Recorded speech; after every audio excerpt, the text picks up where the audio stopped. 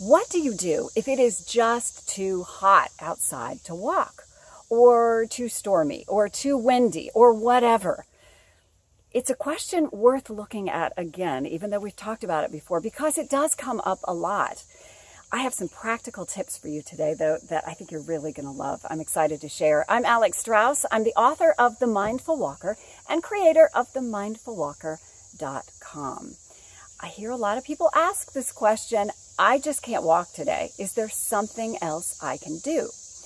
Now, I have addressed this before with regard to the weather, and basically in my previous video on this subject, I kind of said, suck it up, right? Put on a jacket, get an umbrella, whatever it is, and get outside and take your mindful walk because you know you need it.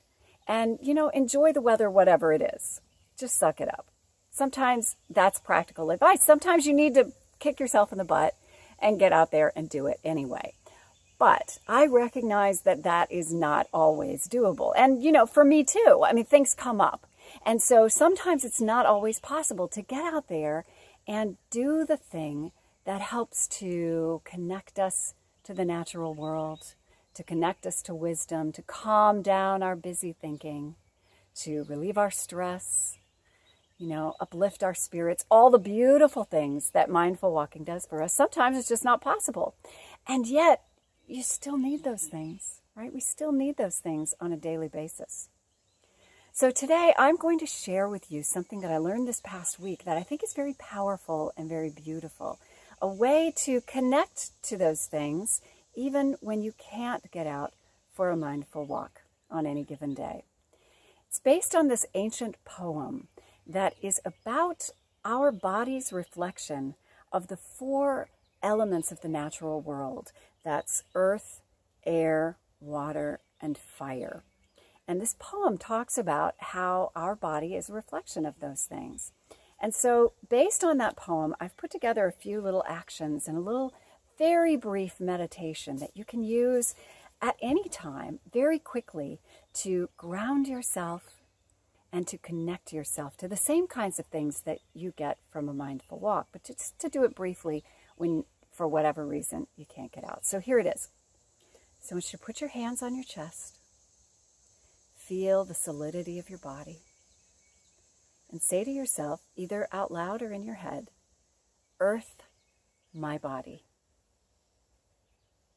And then take a deep breath.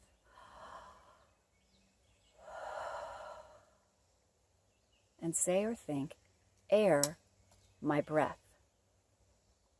Now I want you to feel the beating of your heart and say to yourself, water, my blood. And then we release our hands, palms up, and say, fire, my spirit. And that's all there is to it. It's earth, my body, air, my breath, water, my blood, fire, my spirit. And what I love about this is it's one of those things that you can do just very quickly. You can do it silently. You can do it wherever you are. You can do it in your car, at your desk, in company, by yourself. Just a very quick reminder that we are always connected to the wider world. We're connected to nature, and we're connected to Source, that nameless force that underlies the natural world and that sustains it and us every day. And when you remind yourself of this, when you have a little ritualistic action that you do, like mindful walking, to keep yourself connected to this, you are then able to give your best to the world, to be your most creative, highest, most loving, most present self. And that's what it's all about, right? That's what we're going for here. So remember, earth my body, air my breath, water my blood, fire my spirit. That's it from me today. I hope you enjoy it. I'd love to hear what you think of it. It's always great to get comments below.